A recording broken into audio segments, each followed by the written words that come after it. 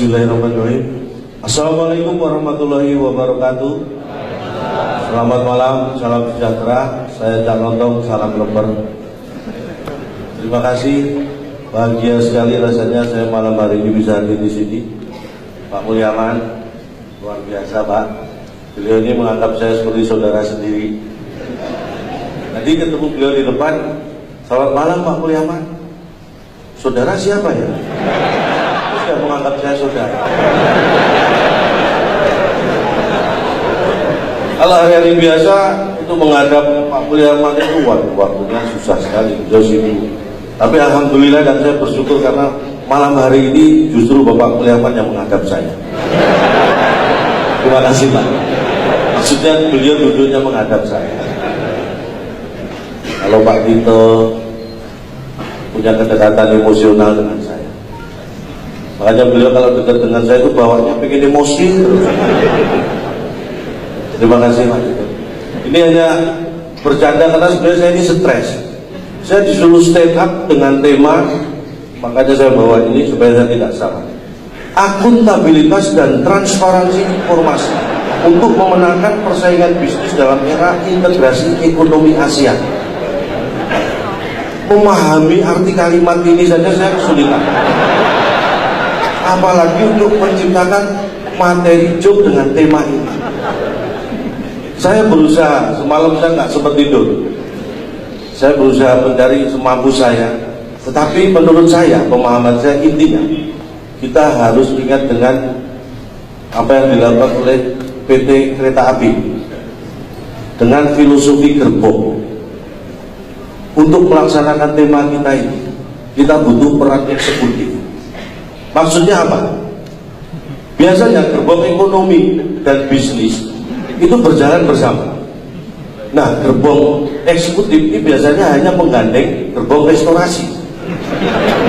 Filosofi ini yang kita lakukan. Jadi dibutuhkan kemampuan dan kemauan dari eksekutif untuk bisa merestorasi iklim dan situasi yang kondusif supaya ekonomi dan bisnis bergerak maju menghadapi persaingan ke depan. Alhamdulillah semalam tidak tidur nggak sia-sia. Kalau sebenarnya nggak ada isinya juga. Kata-katanya ada hubungannya, kita saya sudah bersyukur. Berat sekali. Tapi bicara masalah persaingan, apalagi kalau ASEAN, saya yakin Indonesia nggak ada duanya. Kalau dulu Malaysia tahun 70-80 impor tenaga pengajar guru dari Indonesia. Sekarang tahun 90-2000 yang diimpor hanya yang mungkin kita sebut saja asisten rumah tangga. Itu banyak yang mengatakan kualitas kita sudah turun. Salah. Indonesia tetap hebat, tetap berkualitas. Yang turun adalah selera orang Malaysia. Dulu suka guru, sekarang sukanya pembantu. Itu harus kita paham. Makanya jangan mau kalah. Saya yakin kita akan menang. Dan saya menganggap penting sekali ya, namanya annual report. Mohon maaf, artinya apa sih Pak? Saya dengar katanya laporan keuangan tahunan atau apapun. Saya menganggap itu penting sekali. Walaupun tidak semua laporan itu sebenarnya penting. Ada laporan yang tidak penting tapi selalu dilakukan, hanya formalitas. Laporan komandan upacara kepada inspektur upacara itu tidak penting sama sekali.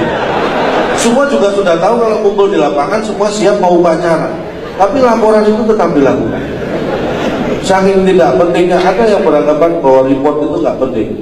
Sampai mungkin presiden kita keempat, Republik Indonesia keempat, selalu mengatakan gitu aja kok report.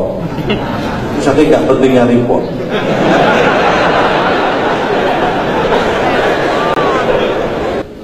Ini himbauan saya kepada kaum laki-laki, terutama pada diri saya sendiri. Karena prinsipnya, kaum pria itu kalau sering keluar malam, itu semakin banyak menghabiskan uang. Nah, wanita semakin sering keluar malam, itu semakin berpeluang menghasilkan uang. Ini khususnya wanita yang sudah go publik ya. Saya nggak tahu apakah ini tercatat di bursa efek Pak. Tapi itulah pentingnya. Makanya saya kemana-mana selalu saya simpan foto istri saya di dompet. Setiap ada masalah pekerjaan saya buka dompet dan istri, wah masalah terasa ringan. Karena masalah terberat ya foto ini.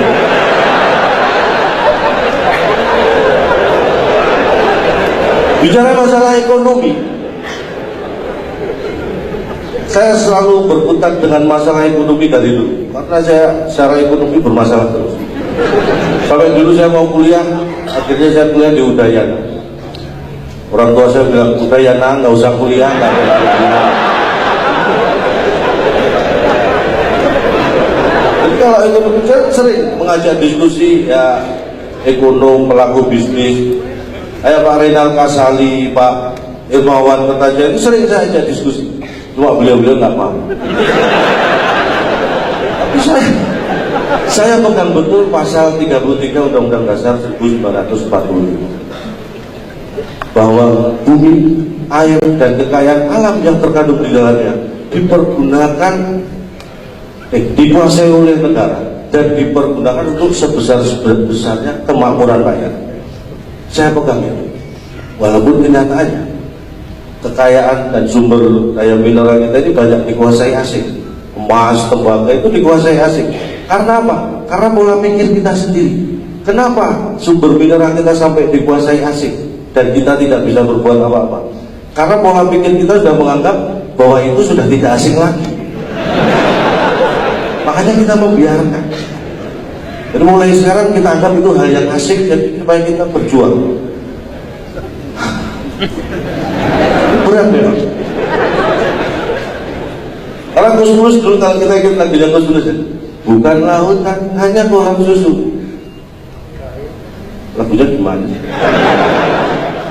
Orang bilang tanah kita tanah surga, tongkat kayu dan batu jadi tanaman.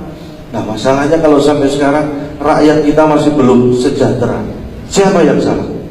Gus Mulus. Kok berani-beraninya nyanyi gitu?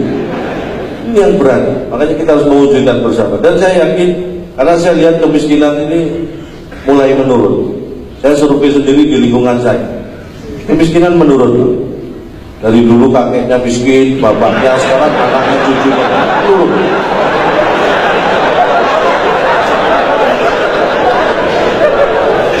Harus kita syukuri. Itu namanya miskin struktural. Butuh usaha lebih keras lagi. Tapi menghadapi tekanan ekonomi, karena rupiah kan mulai menguat. Maksudnya lebih tepatnya mengkhawatirkan. Menghadapi ekonomi yang seperti ini, saya terapkan kuncinya apa? Ikhlas, pasrah. Dan terasa, benar. Ketika saya punya masalah ekonomi, anak istri saya pasrahkan ke mertua, beban ekonomi saya lebih ringan. Kuncinya pasrah. Walaupun sebenarnya di saat yang bersamaan ini ada acara di Kementerian Kesehatan, tapi saya memilih hadir di Richardson untuk Annual Report Award 2014. Mohon ini tidak perlu tepuk tangan, saya tidak hadir di sana karena memang tidak diundang. Saya hanya menyampaikan informasi di sana ada acara. Tapi buat saya pribadi, laporan terutama laporan keuangan itu penting. Bahkan saya terapkan dalam keluarga saya. Karena saya berpikir, saya masih berpandangan bahwa wanita itu lebih jago dalam hal keuangan. Menurut saya ini, kalau salah mohon dianggap benar. Makanya keuangan keluarga ini saya serahkan pada istri yang mengelola. Karena saya tahu kalau keuangan tidak dikelola oleh wanita, maka akan dihabiskan oleh wanita lain.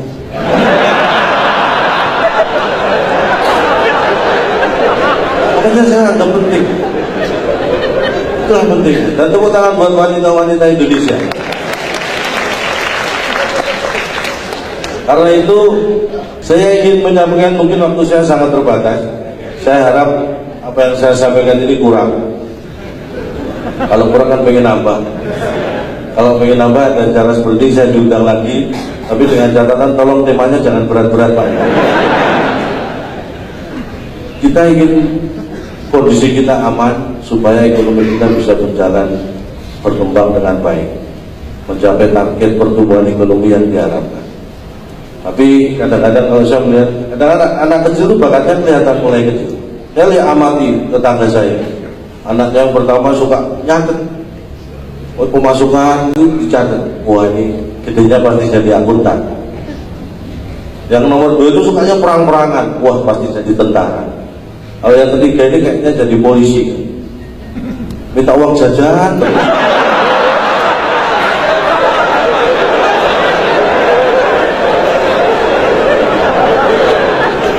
Mohon maaf, karena idealnya di Jepang itu, di Jepang satu polisi mengawasi 250 sampai 300 masyarakat.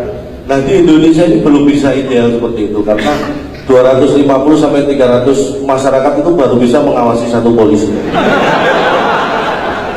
Itu harus kita tingkatkan. Karena saya ingat betul pentingnya ekonomi. Bung Hatta pernah mengatakan bahwa koperasi itu soko guru ekonomi.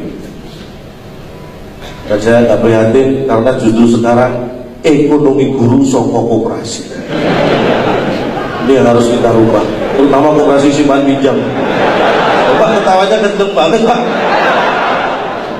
Saya ada kaspon berapa Pak? Ya mohon maaf, hanya ini yang bisa saya sampaikan. Sekali lagi kalau ada yang salah, karena tak ada gading yang tak retak, atas nama keluarga besar Gajah saya mohon maaf tidak bisa menghasilkan gading yang tidak retak. Kita berjumpa lagi, saya Calodong, salam lemper.